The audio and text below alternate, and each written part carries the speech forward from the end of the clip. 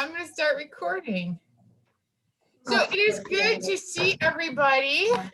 It has been a while since we've seen everybody, since we've talked to everybody. So we're really excited. Please make sure, I'm going to go ahead actually before we get started, mute everybody. Susan, then you. I do have to listen to this.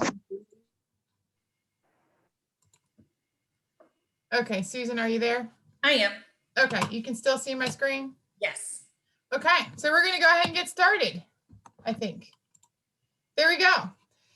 So this afternoon, we have one of our fun and exciting activities that we like to do. We're going to talk about some carryover funds, a few summary of performance reminders. Some of you have gotten some emails from me this week. Susan's going to talk a little bit about some information we need for your SPED service providers. We'll talk about some student record transfer information. We have a high leverage practice, as always. We'll do our general reminders, and then as always, we'll have time for questions. So in one word, describe how it's been going since returning from the holiday. Please feel free to put that in the chat. For me, it's been busy. Susan, how about for you? I said crazy in the chat box. Crazy, insane, great, Taylor Hunt, nice. I love bright and shiny Taylor. Beyond crazy. Ooh, exasperating, that's a good one. Jackie, it's been super great, hectic, fine, insane. Oh, Lynn Jackson, controlled chaos. But I think education is always controlled chaos. For sure. I agree, it's been very busy for us. Fun. Oh yeah, Missy, we heard a little bit about your story. It sounds like you've definitely had some fun. Entertaining is Missy's world at this point. Worst controlled chaos. Oh, okay, that defines it. Oh, rewarding, nice.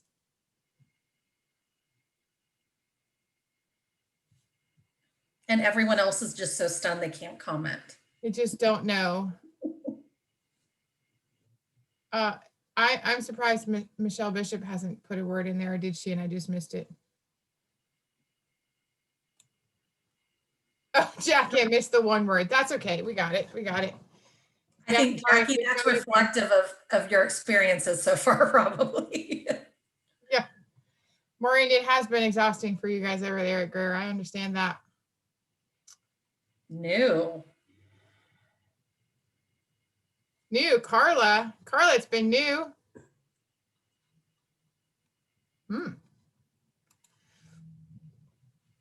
Well, that's good. Sounds like everybody's, at least nobody said it's the worst thing in the world. I'm ready to quit.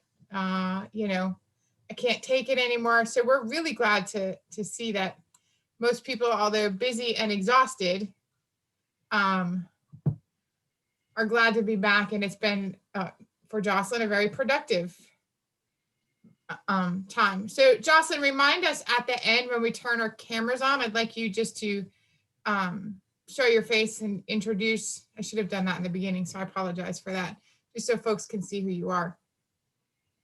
But let's talk a little bit about FY20 carryover funds. So exciting news to you, I hope, but we have some more money for you. So by the end of this week, you guys will receive, as well as your school leader and your finance team, an email with some additional carryover funds. These are funds from FY20, and due to our schools that, due to our transfer schools, and we are allocating them out to all of you. However, you must spend them by June 30th of 2021. We will, along with the letter, send a budget. It'll say FY20 carryover fund budget. You fill it out just like, if you do this, you fill it out just like you do all of our other budgets. And they can be used for any IDA approved activity, salaries, materials, supplies. Just keep in mind, they are still a part of your FY20 allocation, okay? So all of this is still from the same pot of money. We just have some money left over from some transfer schools. And Susan and I made the executive decision to, give it to you all. So exciting. I think. Susan, don't you think it's I think exciting? it's fabulous. Yeah. So, So you guys, with these extra funds that you guys are gonna be, your school's gonna be given for IDEA, you can look at it in the way, like, majority of you guys spend it on salary or contracted services. But also realize, I mean, this is not consistent money you're gonna get every year. If depending on how much you get, look outside of the box at a one-time out thing, like on curriculum and other supplies and materials also. yeah, Susan, you read my mind. I was Did just I? gonna say, yeah, I was just gonna say that. So yeah, keep in mind, this is not money that's gonna come every year. We just happen to have some, kind of like supplemental. Except, you can use it on what you wish as long as it's approved under IDEA. Also keep in mind, if your school leaders or whoever does use it for salaries, benefits, contracted services, that's fine. But the other thing to note, if you're a part of this, is also your MOE, right? So you still have to keep that in mind as you're using these funds. Another thing we wanted to talk about was summary of performance. Just a few reminders. Some of you have gotten some emails from me this week in regards to indicator 14. So if you remember, that's our post-school outcomes. That's where the state goes in and sends that survey on school district's behalf in terms of what our kids are doing 1 year post-graduation. So there was some confusion on my end as to where this information pulls from. I was under the understanding that it pulled from PowerSchool, but it actually does pull from your summary of performance. So based on those emails, we've gotten a couple of questions. So just keep in mind, when a student graduates with a state diploma or ages out of a program, a summary of performance must be completed in Enrich. If the student drops out or transfers out prior to graduating with a state diploma or aging out, a summary of performance is not completed. So you do not have to do one. So make sure you're putting the correct reason, exit reason in Enrich. And you can see I did a screenshot. So on here, on the summary of performance, be sure to include student email and phone number. Do not leave blank or NA. That's what's happened with these ones where I'm saying, hey, I need this information. If you don't have the student's information, that's okay. When you do your summary parents, you can put your parents' email and phone number, or you can put the school's email and phone number. But there has to be an email and phone number in those boxes. Don't put NA, don't leave them blank, fill them both out. The student, again, you're going to ask, are they willing to be contacted via social media? It'll say, yes or no. And then we need to make sure we indicate that we're notifying that they will be contacted 1 year after leaving high school. So that's what's been causing some of that confusion. Poor Maureen, she and I have gone back and forth, and she said there's got to be an easier way. There is an easier way, but you just have to make sure you fill this out, or your teachers fill this out when they do their summary of performances. So this is a training piece. So Laura, in other field. words, do it right the first time. Yes. Yeah, is that kind of a nice way of saying that? Yes. Yeah, just make sure it's a training piece. So just make sure they know to fill this out. Jackie, there is not a field in PowerSchool that it pulls from. It pulls, this report that I submit to the state pulls directly from the summary of performance. So your teachers are filling out the summary of performance. This is part of it. This is part 5. So they couldn't skip this over. So they just have to put this information in there. And can I tell you guys for a second why it would not pull from PowerSchool is because a lot of times the student school-based email address is their email address, and that is not the email address we want to put in here, because a summary of performance is done right prior to aging out or graduating with a state diploma. And if we're looking at about the intent of this document, it's to contact them a year later, and we obviously would not want their student email because they're no longer a student. Right, Jackie. To go to your question, if they've dropped out or they've transferred out prior to graduating, you don't have to do a summary of performance. So for those, I didn't have to, obviously we couldn't put any of that information in because they weren't there. Correct. Okay, Susan. So guidelines from the State Department and through IDEA indicate that we have to, as an LEA, that we monitor and look at certifications of special education staff. None of this is new to you guys. We train on this. It's in the policies and procedures. We know that you guys don't do the hiring of these folks at all. But one thing to look at, Laura and I've just kind of realized through the last few years, is how our tiered monitoring is set up. And we really only look at certifications regarding tier 3 schools. We will be changing that for the fall, but to kind of be looking at it right now, we need you guys to submit a task in Epicenter. It should show up tomorrow. And it's due February 26th, which is the last Friday in February. So you got some time. There's a spreadsheet in there in the task. And basically what it's asking you is information on staff that is providing special education services per the student's IEP.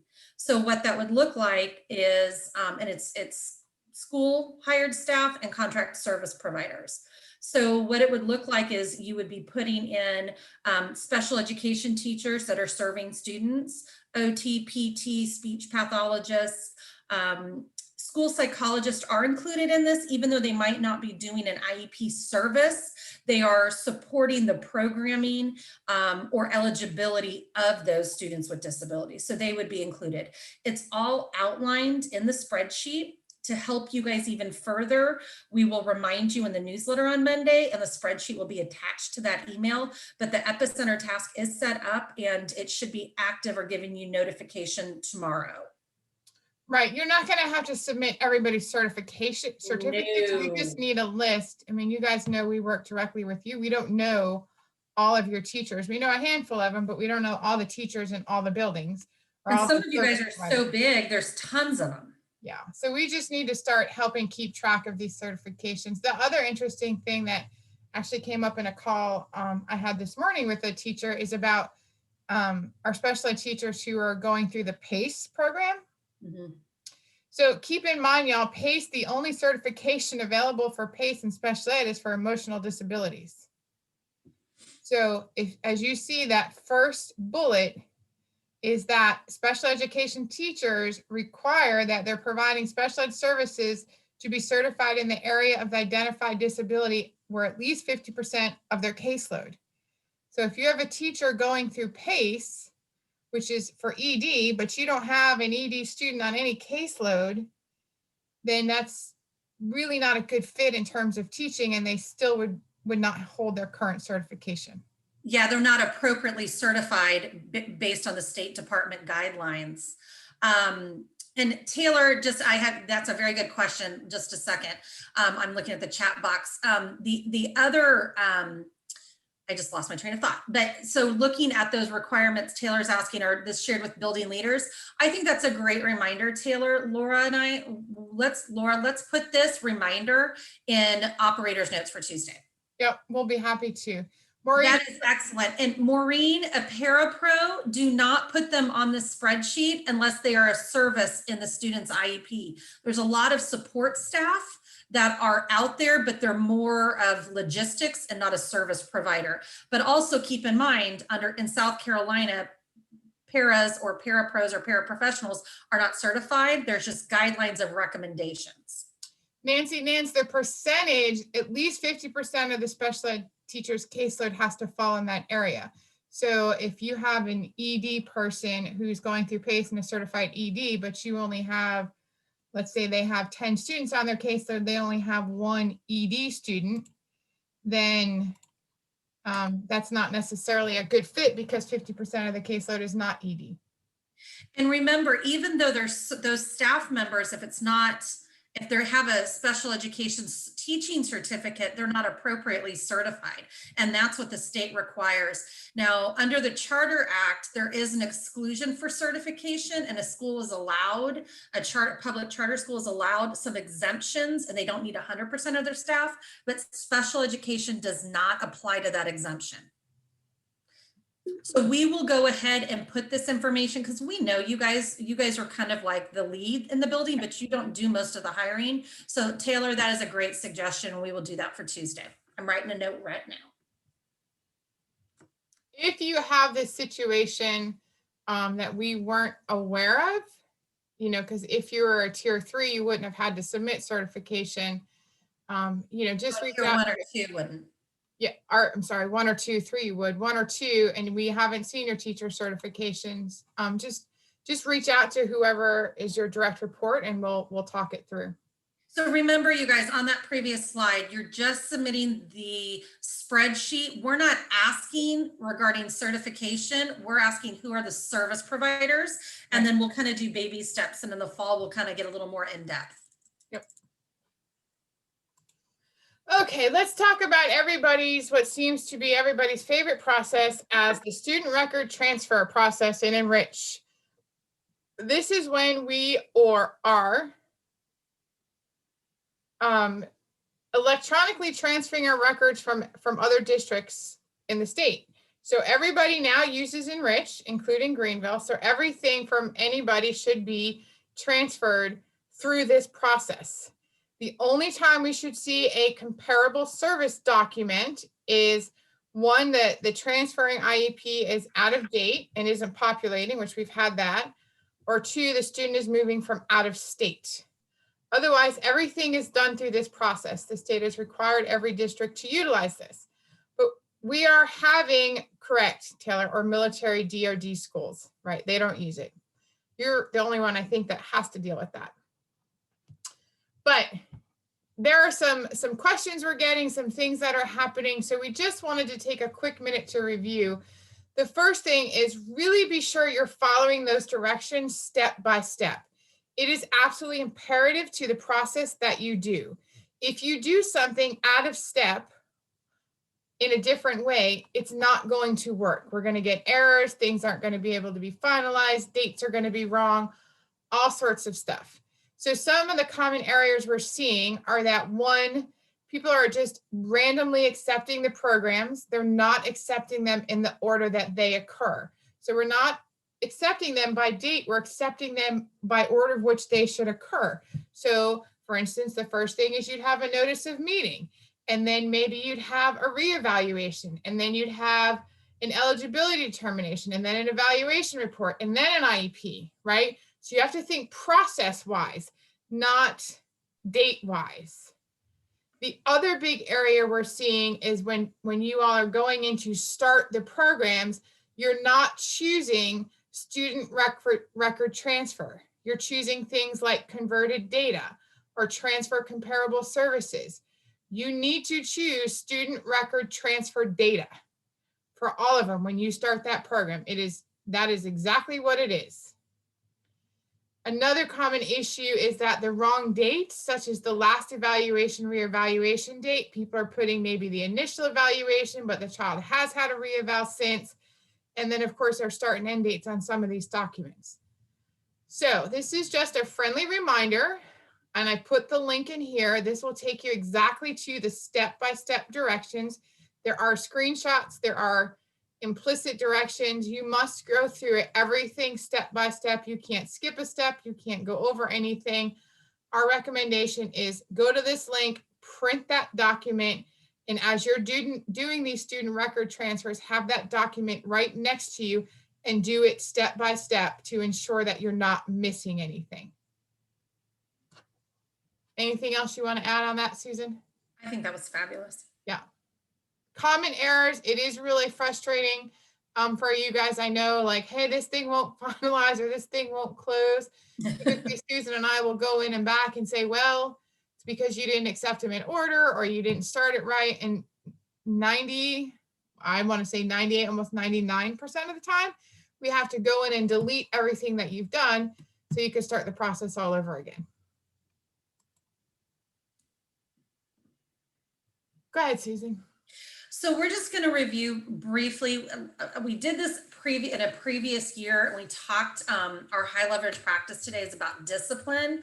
And we wanted to not go over everything we've done in the past, but just have some highlights, because the timeliness of it being this year, we know you guys in about March, a lot of behavior is seen, referrals increase. So we want to be proactive. The other thing is with this virtual model that some of you offer, there's additional disciplinary needs that we want to make sure we're covering. So to review, Behavior is kind of looking at discipline versus management, and they're two different things. Where discipline is actually when the practice of training people to obey rules or a code of behavior, and it uses punishment. That's where discipline falls in. Management is when you're looking at supporting, coping, and correcting. And it's very, very different. And we want to kind of get into the shape of looking at management versus just disciplinary practices. And I love this little, oh, sorry, Laura. Sorry. I love that little meme of dear teacher, I talk to everyone, moving my seat will not help, because we all have those students. Sometimes there are children in our lives where it doesn't matter what you do, they're gonna find ways around it to demonstrate that behavior again that you want replaced. I am definitely one of those children. So when we look at behavior, behavior is actually the way in which one acts or conducts oneself, especially towards others. We all have them, and not all of our behaviors are productive. And so students are no different. When we look at educational settings, we are looking at how that behavior of that student impacts the learning of themselves and others around them. When that behavior impedes the learning of themselves and others, that's when it becomes a problem. Now, we also have students that demonstrate positive behaviors that promotes the learning of themselves and others. And we see that very frequently. Unfortunately, we tend to focus on the ones that impede learning. So realize when we talk about behavior, we do not do it in judgmental terms or subjective terms, but we look at it in a supportive capacity. We look at behavior as observable, not inferred, like I know what you're thinking, because we don't know what they think. We can draw some conclusions on what they're thinking based on their observable behaviors, but we need to draw that line. It's about observable behaviors, and also understand that when we look at supporting student behavior, we don't mean, okay, Johnny screams during class. To support that behavior, we're going to make that it's appropriate for him to scream. We are looking at that, supporting that behavior to replace it with something that's more appropriate. And we're not assuming that Johnny is always in control. I think there is some educators that have presumptions about behavior, that the student is in control and can just stop, but we cannot act on those assumptions. So data collection, it says, I started to add anecdotal notes about each student's behavior to my grade book. Now the book is too heavy to lift. And I think everyone has been there, you guys.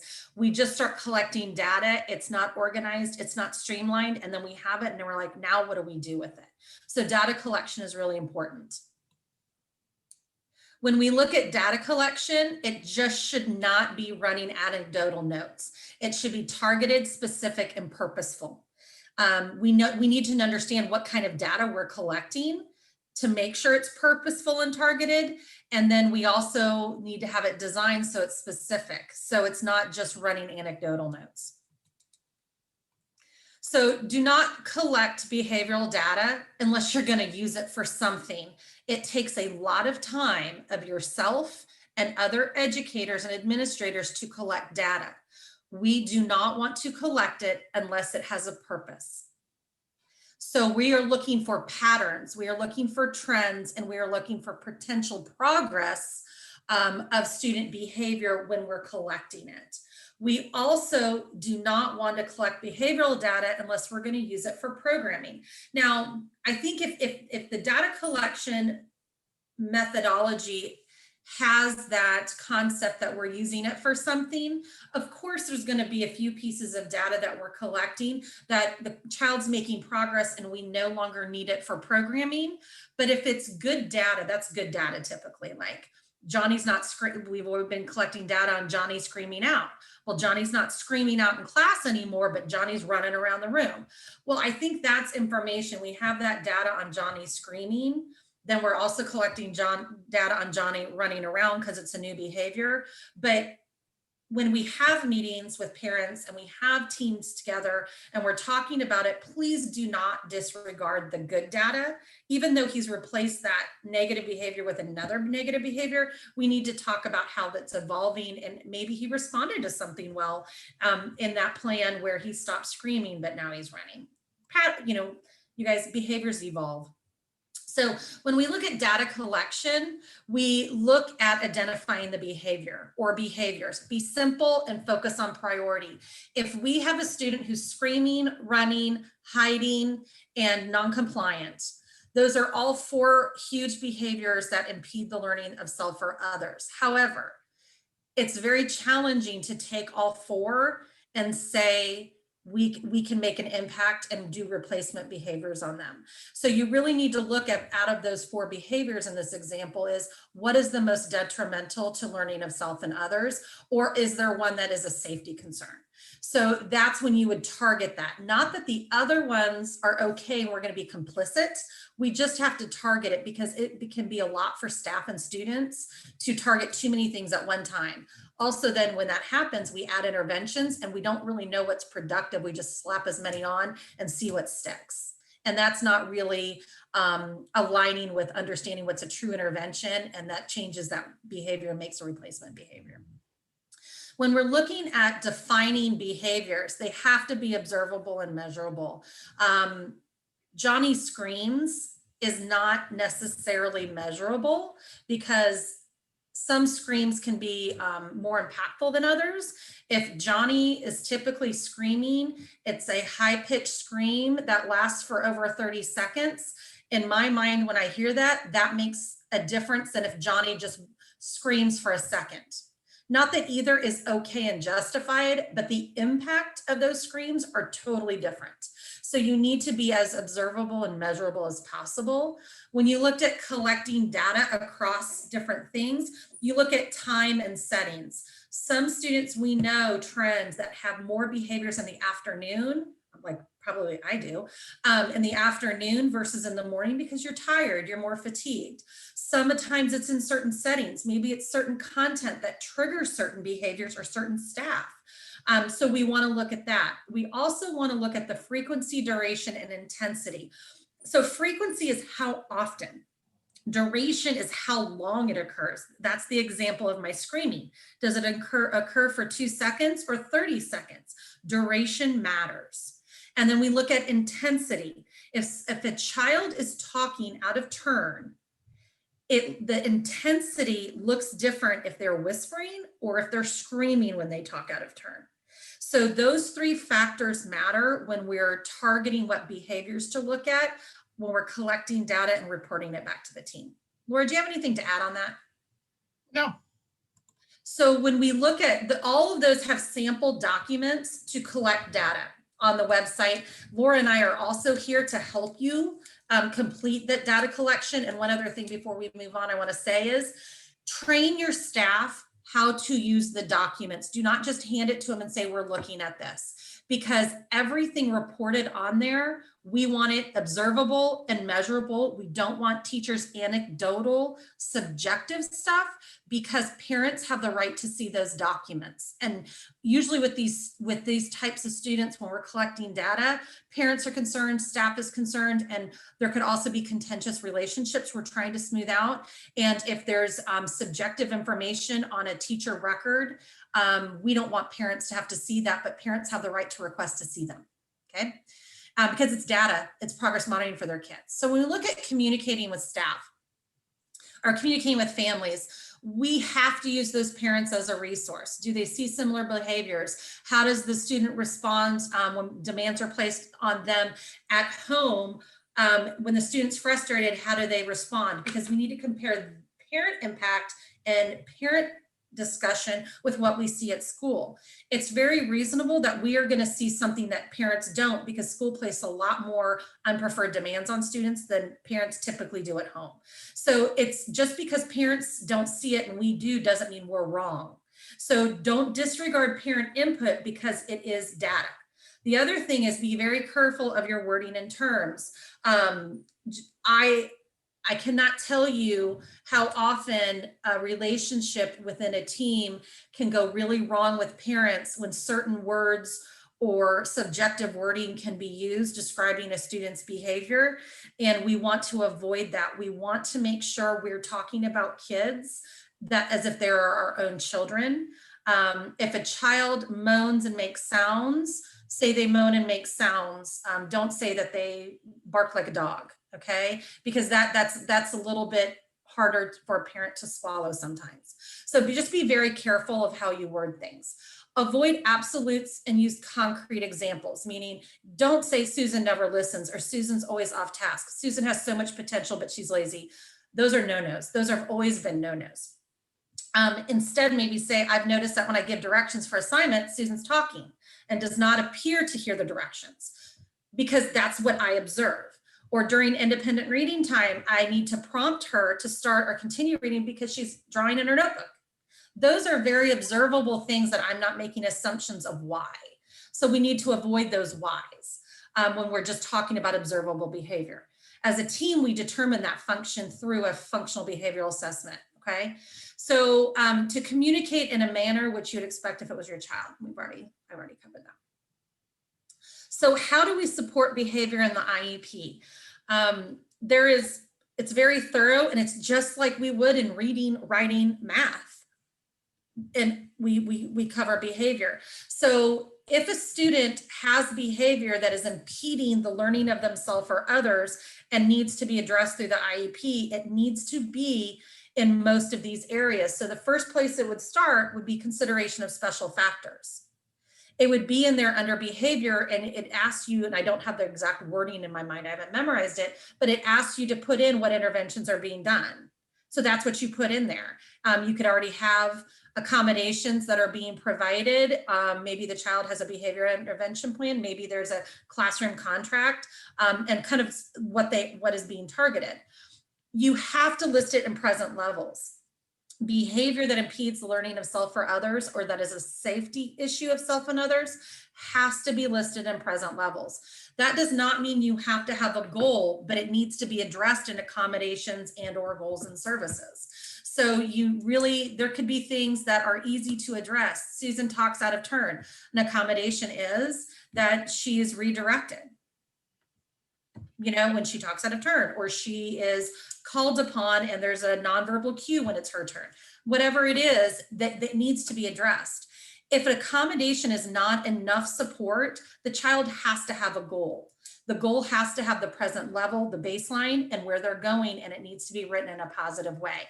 We've covered this, and we have more training that we're going to roll out on goal writing this spring to come. And then services. If there's a goal, there has to be a service. It has to be a behavior service. If a child has significant behaviors but doesn't have those behavior services in their IEP and just has writing and maybe the 5 minutes of behavior, that does not align. It does not make sense. And we will always run into trouble with that type of thinking. Typically, if a child has a BIP, like with a lot of things in special education, there's no absolute. But if a child has a behavior intervention plan, you are typically 90% of the time going to see a goal for behavior, okay? We cannot write a BIP absent of a goal. An example of when this might not occur, and I'm going to say probably it's not 90% of the time, it's probably 99% of the time. An absence of that goal, I would say it could be appropriate when a child is decreasing in services because they're looking at potentially being staffed out because they're highly successful. So maybe that behavior goal isn't directly linked to a BIP per se, it might be self-monitoring. Also, there's the potential, before you would eliminate the goal, you would eliminate the BIP, okay? So the BIP is add on top of, but part of the IEP process and programming for the student. One area where we see this a lot in present levels is when you all are addressing the functional performance. We see statements such as off-task behavior, maybe not turning in assignments, things like that. Well, that's indicative of a behavior concern. So like Susan said, then it needs to be addressed, one, in special factors, accommodations, goals, services, whatever is appropriate. But if you list it in the present levels as a concern, then we need to see somewhere throughout the IEP where it is addressed again. So I think it's safe to say, Laura, that we can say those first 3 areas, if behavior is addressed in any one of them, they need to be in all of them in some capacity. Yeah. And goals, like Susan said, we'll do some more on goal writing, but we shouldn't see goals that say will decrease office referrals from 5 to 3, right? These are the skills. What are the things the student needs in order to improve their behavior? Just decreasing things, it's much like test scores, right? We don't write goals to improve test scores, so we don't want to write behavior to decrease office referrals or things like that. You know, we talked, was it last year and the year before? I can't remember, Laura, you might want to remind me of getting to the why, the deep diving into why. So if you're saying in the end, I want this kid to decrease their office referrals. Okay, that's not the skill, because like Laura said, goals are targeting skills. So the question should always be, what is impacting them? Why are they getting office referrals? Well, so-and-so they get them in math. Well, what's the behavior they see in math? And if you do a deep dive and keep on asking why, you're probably going to get to the point where the child's non-compliant and talks back to staff requests. Yeah. So I think that would really be the goal, not the office referral. Yeah. So this next part is really, I think, really imperative. And Susan, you probably agree that supporting and training your staff, just because you've covered it, just like we're covering it, we know we have to do more to support you and train folks on things like we said, goal writing, present levels, IEP development. Doesn't mean that folks have learned it. So there's a lot of follow-up that needs to occur. So some of that includes that consultation with your staff, your professional development. Again, remember, Susan and I are always available to support you in PD. Doesn't mean we're going to come in and do it for you, but means that we are happy to give you feedback. We are happy to be there as a support for you as you conduct the PD. I know we've both done that in a couple of schools over the last few years to kind of assist you all with that.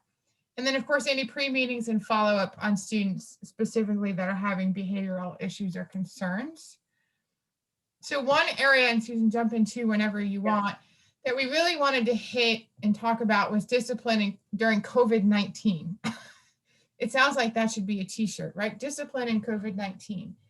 But there are a couple of things that we've been seeing that we wanted to make sure that we really addressed with you. So the first thing to remember is that any removal from an existing educational placement, so that's going to be in person or in our new world, hybrid or parent elected virtual, for more than 10 days is considered a change of placement. So if we remove that student from the existing placement on any one of these, it is considered a change of placement. We have seen in some situations where teams are unilaterally removing students from in-person or hybrid and placing them in the virtual as what Susan described before as a disciplinary action, right? So we can't do that, especially if the parent hasn't chosen the virtual platform. That virtual platform should not be used to say, oh, well, Johnny's just not doing well in our hybrid, so we're going to move him to the virtual setting instead. Teams cannot override the parent's choice of setting. So if there's a parent that has chosen in person or a hybrid, again, we can't just automatically override that and send that student to their virtual setting. But one thing the school team can do is in the context of a meeting, discuss the concerns and ask if it's possible, hear parents' concerns. And if they refuse, you note that in the prior written notice what the concerns are, and then you try and make adjustments for what the parent elected model is. Absolutely.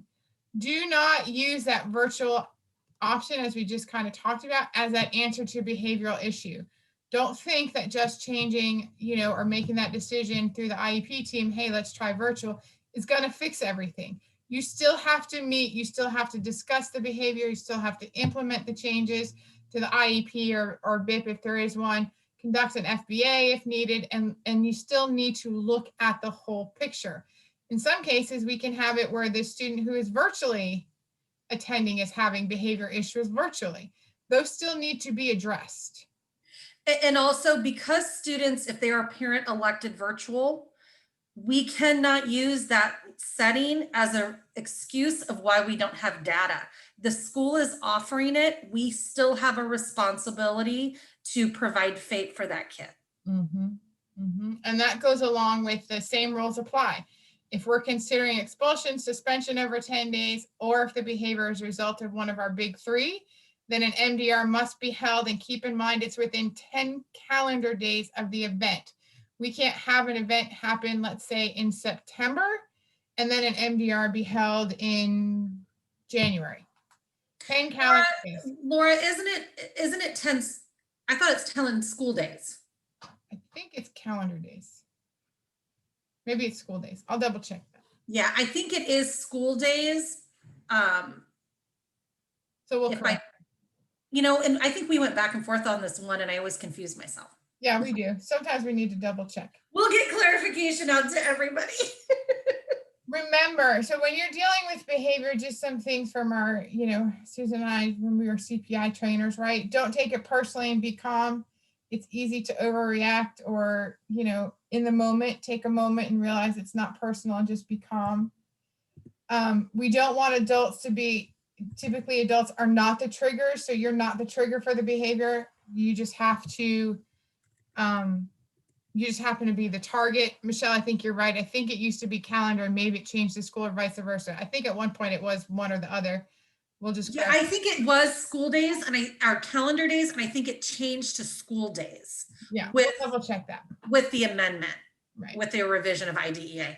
So all behavior has a function or a purpose. Behavior doesn't just occur to occur. So your job and your team's job is to find the purpose. Behavior, this is where I always say, fasten your seatbelts. Behavior may and typically does increase with intervention before it decreases. Sometimes, kids will rise to the occasion and it will become a lot worse before it gets a lot better. The key in managing it is to be consistent. Data drives your decisions, not your feelings. This is a sentence that Susan always likes.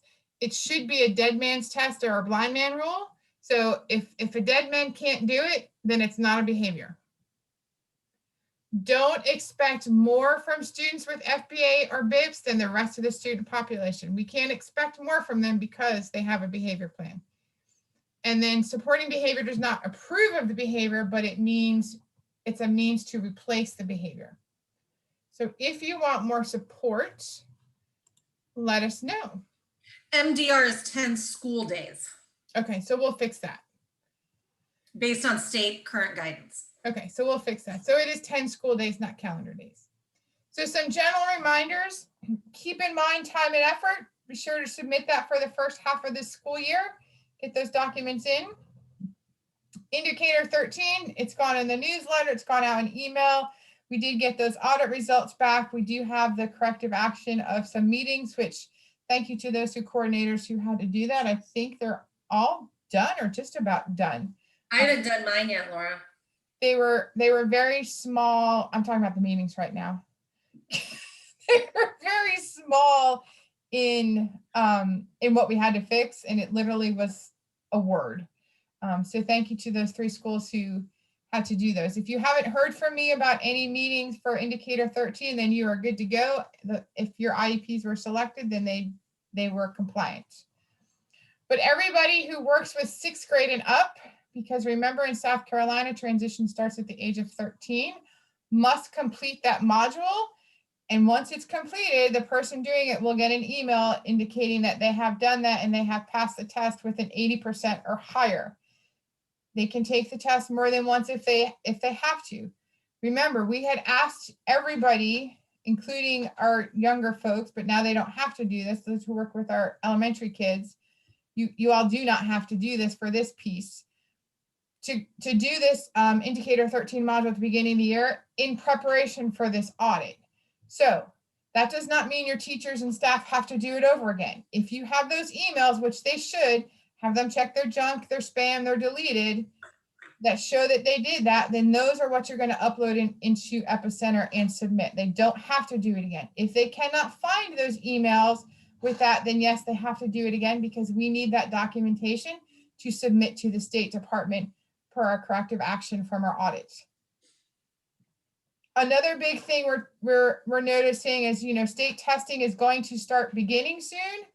Remember, you still must serve your students according to their IEP.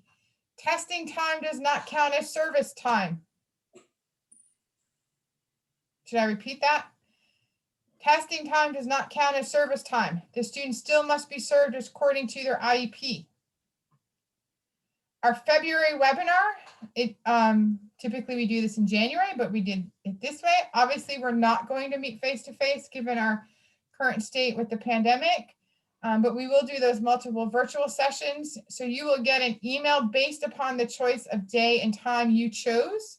If you remember, we had you all fill out a link as to which time and day you would like. So we will send you an invite for those meetings in your calendars based on your submissions. Please keep in mind, attendance is mandatory at one of these sessions. Emails. In a minute here, I'm going to stop sharing my screen and I'm going to have Jocelyn share her screen so you all can see who she is and introduce. We're really excited to have Jocelyn join our team here. She joined in January. Some of you have already received some emails from her. She is supporting us by doing some compliance work. She's running some reports in Enrich for us and making sure our system and everybody is current and we're not missing things. So it's another layer we've added for you all too in terms of compliance. So I'm going to, well, obviously, as you guys know, when in doubt, if you have questions, please ask us. So I'm going to actually stop sharing my screen. And I'm going to keep recording, but Jocelyn, if you want to show your video and unmute yourself so people could see who you are and kind of introduce yourself, that would be fabulous. Can you? We can hear you. So, good afternoon to everyone. My name is Jocelyn Dawson, and I've been with the district almost 4 years. I am with Medicaid and with nursing, and now I'm actually with SPED. So if you receive emails from me, you will actually be receiving emails that are related to overdue documents, the LEA team leader reports with IEP due dates, and then the last one that you'll receive from me are SPED administration, which are the enrollment versus the special education program. These are not spams. These are actually emails that are coming from me requiring you all to do some work to them. I'm directly by the book, not to sound derogatory or to sound like I'm boasting, but I don't think that, when it comes to making sure that we're continuing with our federal dollars, that we continue with them without any breaks in services. So I am the friendly face, even though you can't see me. My bark is bigger than my smile is. So thank you all for allowing me to be a part of this team, Laura and Susan. Yeah, absolutely. We're really excited Jocelyn's joined us. She is a taskmaster when it comes to compliance, should we say, right, Susan? Yes. Under her in our Medicaid, we actually, as a district, won't have a Medicaid audit this year because ever since Jocelyn has joined us, our Medicaid audits have been 100% compliant. So we are really excited to have Jocelyn help us and help you all keep track of some of these things that Susan and I do. We do randomly, but she's really going to help us get better track on these things. So I'm going to stop recording because when we start to do questions and answers, we want this to be a safe asking. So I'm going to stop recording here, and that's it for this month's webinar. Thanks for joining.